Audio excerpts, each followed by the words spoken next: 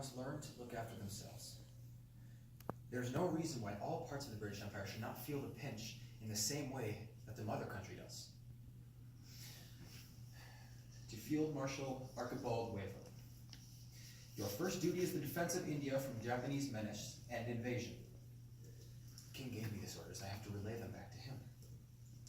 Owing to the favorable turn which the affairs of the King Emperor have taken, this duty can be best discharged by ensuring that India is a safe and fertile base for the British and American offensive. It's important to remember to provide peace there. Peace, order, and a high condition of wartime well-being among the masses of the people constitute the essential foundation of the forward thrust against the enemy. Of course, I can't acknowledge the current conditions. The hard pressures of World War have for the first time in many years brought conditions of scarcity, verging in some localities into actual famine upon India. It doesn't seem reasonable to strip our troops of resources in India during famine, but we have no choice. Every effort must be made, even by the diversion of shipping urgently needed for war purposes, to deal with local shortages. But besides this, the prevention of the hoarding of grain for a better market and the fair distribution of foodstuffs between town and country are of the utmost consequence. The contrast between wealth and poverty in India, the incidence of corrective taxation, and the relations prevailing between landowner and tenant or laborer, or between factory owner and employee, require searching re-examination. Every effort should be made by you to assuage the strife between the Hindus and the Muslims, to introduce them to working together for the common good. No form of democratic government can flourish in India while so many millions are by their birth excluded from those fundamental rights of equality between man and man, upon which all healthy human societies must stand. Respectively, Winston Churchill.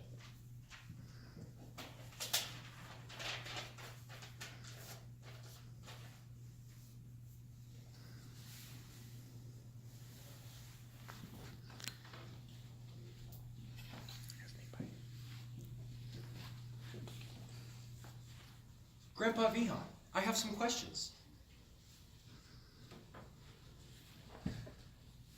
What is on your mind, my grandson?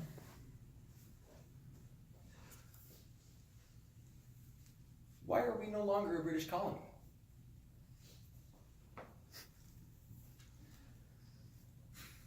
Our independence from the British came at a terrible cost. Great Britain ruled India for a time through the British Raj, which established a presence of Great Britain in India. For the majority of the time that Great Britain ruled us, it was peaceful, but it was a relationship primarily based upon British profit at the expense of India. Our people paid one of the highest costs ever paid by mankind for our freedom. In our language, we call it Bengal Akal. In English, it means the Bengal famine, and I was a witness to it.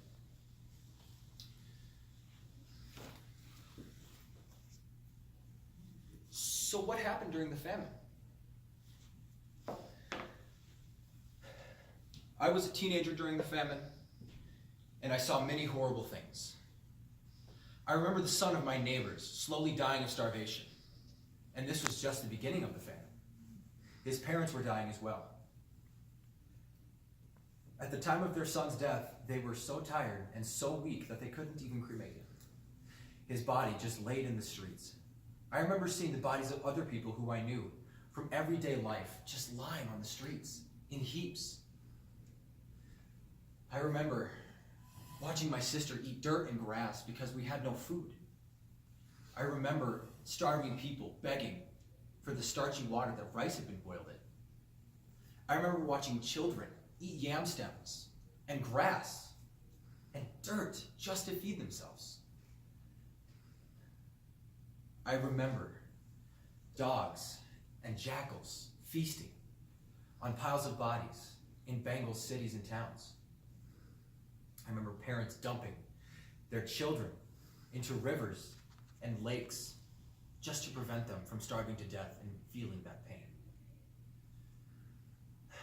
The ones who escaped were men who migrated to Calcutta for jobs, and women who were forced to do the unthinkable and sell their children and their own bodies just to feed themselves.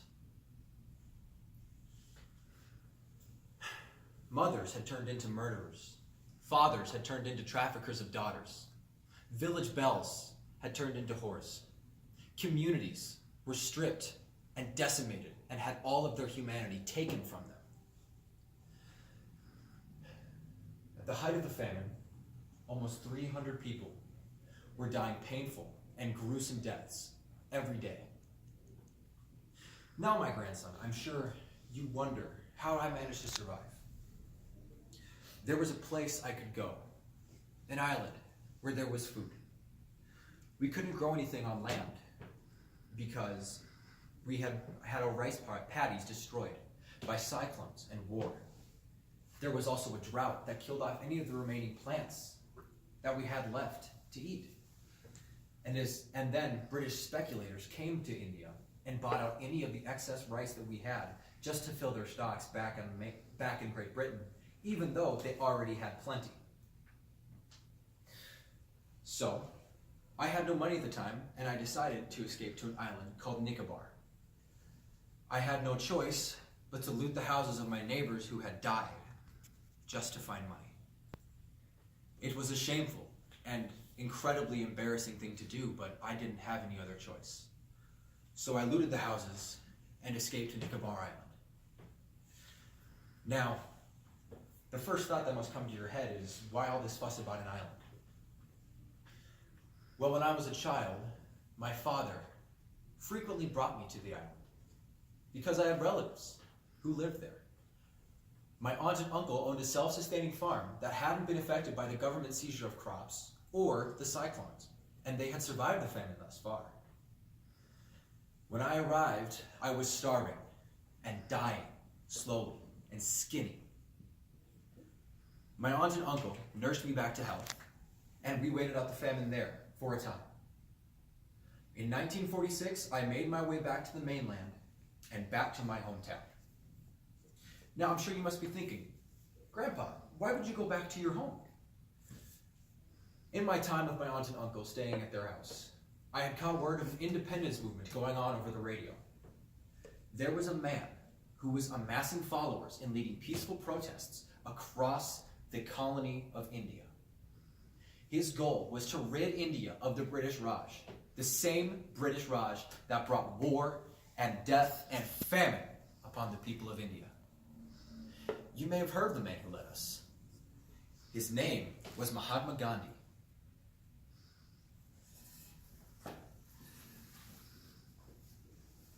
Grandpa, of course I've heard of Mahatma Gandhi, but you must have been so angry at the British.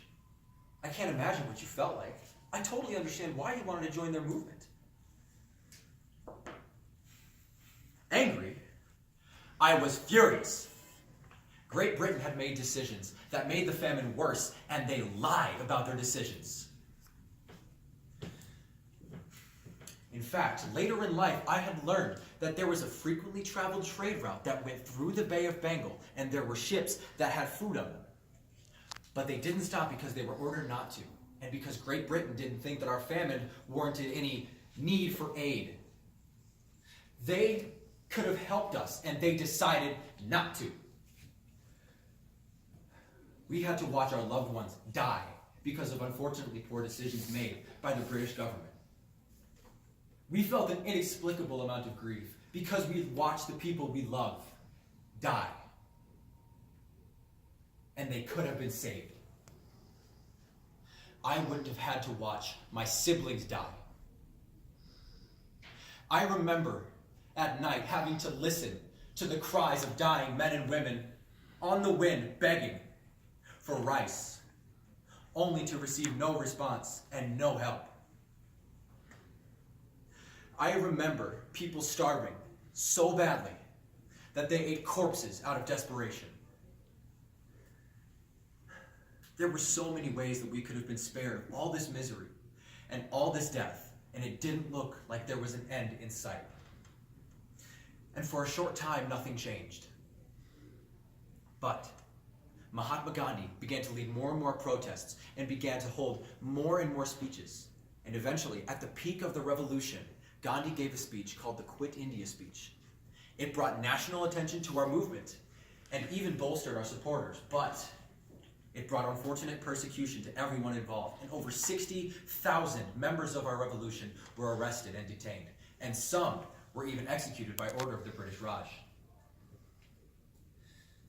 Gandhi fought hard with peaceful protest until 1947. On August 15th, the British Raj and all of its members were considered trespassers in the country of India and were required to vacate by 11:59 p.m. that night. Gandhi had succeeded in his goal.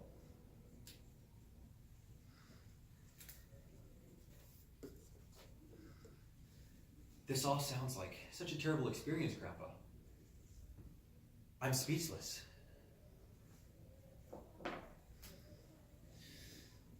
I believe that we paid too high of a cost for our independence.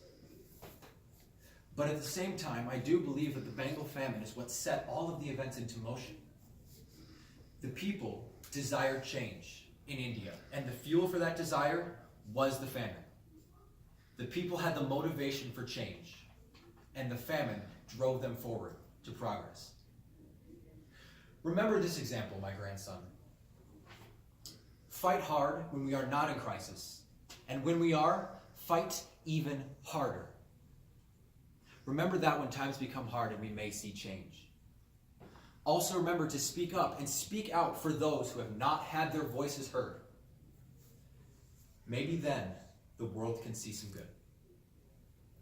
Thank you.